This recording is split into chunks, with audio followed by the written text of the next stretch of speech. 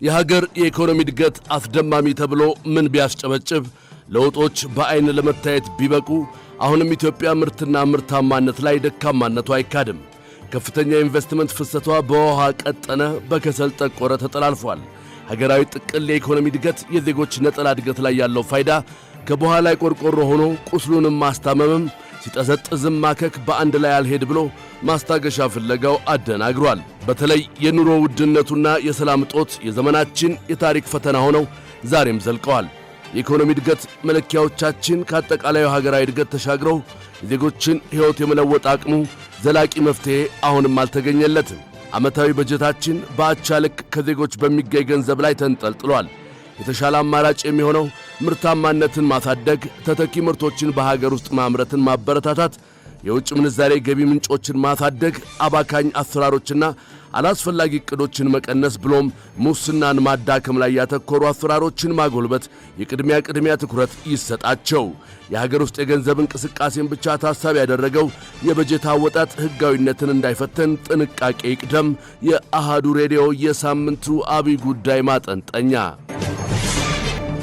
የፌዴራል መንግሥት የ2019 ጠቅላላ ወጪ በጀት ብር 2.3 ትሪሊዮን ሆኖ ኢትዮጵያ በታሪኳ የመጀመሪያ የሆነውን በጀት ለእንደራሴዎች ምክር ቤት አቅርባለች። ከዚህም ለመደበኛ ወጪ 1.2 ትሪሊዮን ብር፣ ለካፒታል ወጪ 568 ቢሊዮን ብር መሆኑም ተነግሯል። እንዲሁም ለካፒታል ወጪ 568 ቢሊዮን ብር መሆኑም ተነግሯል። ከዚህም ውስጥ 43.8 በመቶ የሚሆነው ከፍተኛ ድርሻ የተደለደለው ለሀገር ውስጥና ለውጭ ሀገር ዕዳ ክፍያ ነው። በላይ የሚጫነውና ለዘመናት የተጣባን የውስጣዊና የውጭ ዕዳዎቻችን ነገር ዛሬም እንዳጎበጠን የምንጓዘው እስከ መቼ ነው የሚለው ጉዳይ በልዩነት ሊታይ የሚገባው ነው።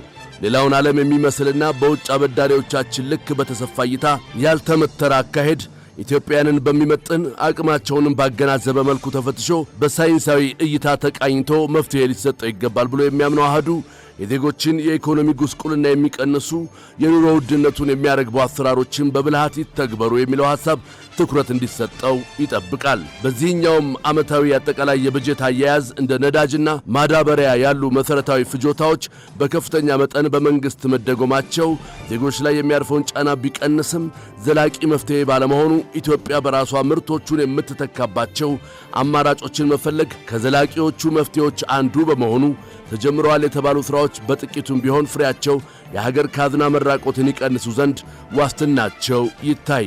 ቀጣዩ በጀት ዓመት ዕቅድ አያያዝ 520 ቢሊዮን ብር በላይ ለብሔራዊና ክልላዊ መንግሥታት የበጀት ድጋፍ እንዲሁም 14 ቢሊዮን ብር ለክልሎች ለዘላቂ የልማት ግቦች ማስፈጸሚያ ድጋፍ የተመደበ በጀት እንዲሆን ታቅዷል። በዚህ ልክ ከፍተኛ የበጀት ፍሰትን የሚወስዱት ክልሎች በተጓዳኝ የሚያስገቡት ዓመታዊ ገቢም በተገቢው ተፈትሾ ምርታማነታቸውም ተጢኖ ቀጣይ በጀት ላይ ያላቸው አስተዋጽኦም በደንብ ሊመረመር ይገባል። በተጨማሪም ለክልሎች የሚሰጡ በጀቶች አፈጻጸማቸው ለታቀደላቸው ዓላማ መዋላቸው በወረቀት ሪፖርት ብቻ ሳይሆን ብክነቶች በተጨባጭ ተፈትሸው ስኬቶችም በሚታዩና ዜጎች ላይ ባሳደሩት መልካም ተጽዕኖ ተለክተው ማበረታቻውም ተጠያቂነቱም በእኩል ሰፍነው መታየታቸው ተጨማሪ የቤት ሥራችን ይሁን። አሁንም ከፍተኛው ሀገራዊ በጀት በጫንቃው ላይ የተጫነበት መደበኛ ታክስና ታክስ ያልሆኑ የገቢ ምንጮች ነገር በተለይም ከተሞች አካባቢ ያለውን ዜጋ በከፍተኛ ሁኔታ መፈተናቸው አይቀሬ ነው። በ2019 በጀት ዓመት የፌዴራል መንግሥት ጠቅላላ ገቢ 1.817 ትሪሊዮን ብር ገቢ ተጠባቂ ሲሆን ከዚህም ውስጥ 1.6 ትሪሊዮን ብር ከታክስና ታክስ ካልሆኑ ገቢዎች ለመሰብሰብ መታቀዱም ተነግሯል። የታክስ አሰባሰብ ሥርዓት ላይ የተደረጉ ማሻሻያዎችና የታክስ ቁጥጥር ሥርዓቱ መጥበቅ በራሱ ያመጣው መልካም ጎን እንዳለ ሁሉ በተጓዳኝ የሚታዩ መካረሮች፣ ከአቅም በላይ የሚጫኑ የግብር ምጣኔዎችና ተያያዥ ችግሮች ግብር ከፋዩ ላይ መሰላቸትና ተስፋ መቁረጥ ብሎም ከትክክለኛው መስመር ያፈነገጠውን አካሄድ እንዳይከተል መራር አካሄዶች ላይ ግብታዊነት ልጓም ይበጅለት።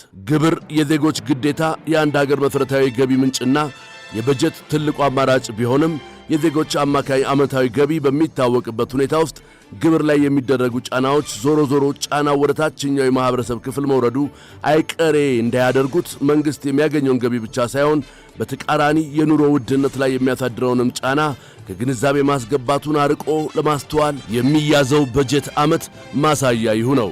በተለይም ከተሞች ላይ የሚታየው የኑሮ ውድነት ዜጎችን በከፍተኛ ሁኔታ እየፈተነ ባለበት በዚህ ወቅት በግብር አሰባሰብ ሥርዓቱ የሚደረጉ ተደራራቢ ጫናዎች መሠረታዊ ምግብ ፍጆታን ጨምሮ በብዙ የዜጎች ኑሮ ላይ ተባባሰ የማይገፋ ቋጥኝ መጫን እንዳይሆን አስቀድሞ ማሰቡ አይከፋም ሲል አሃዱ ጥንቃቄ ያባት ሲል ይጠቁማል። ታክስ ያልሆነ ገቢ ተብለው በመንግስት በደፈናው የተቀመጡ አማራጭ የበጀት ማሟያዎችም በተመሳሳይ ከዜጎች በሚሰበሰቡ አማራጭ የገቢ ማግኛ እንደመሆናቸው ከዜጎች ፍላጎትና አቅም ጋር አናቦ የመስራት ጥንቃቄን የሚፈልግ ነው። በተለይም መንግስት በሚሰጣቸው አገልግሎቶች ላይ የሚደረጉ ክፍያዎችና የሚጨመሩ ጭማሪዎች አማራጭ የገቢ ማግኛ ዘዴዎች በተዳከሙበት ከቦታ ቦታ እንደ ልብ መንቀሳቀስ አስቻይ ባልሆነበት ሁኔታ ውስጥ ይህን ዕቅድ ወደ ተግባር ለመቀየር የሚኬድበት ርቀት ሙስናን እንዳያስፋፋ የጠበቀው ማሰሪያ እንዳይበጠስ በጥንቃቄ ይፈተሽ። በተመሳሳይ የንብረት ኪራይና ድርሻ መንግስት ባለቤት በሆነበት መሬት ወይም ሀብት ላይ የሚከፈለው ኪራይ ላይ በሚጫን ማንኛውም ተጨማሪ የገንዘብ ምጣኔ ውስን ገቢ የሚያገኘው ብዙሃኑ ማህበረሰብ ከሚያገኘው ገንዘብ ላይ ከግማሽ በላይ የሆነውን ከመንጠቅ የተለየ ዘላቂ ለውጥ ማምጣት አያስችልም።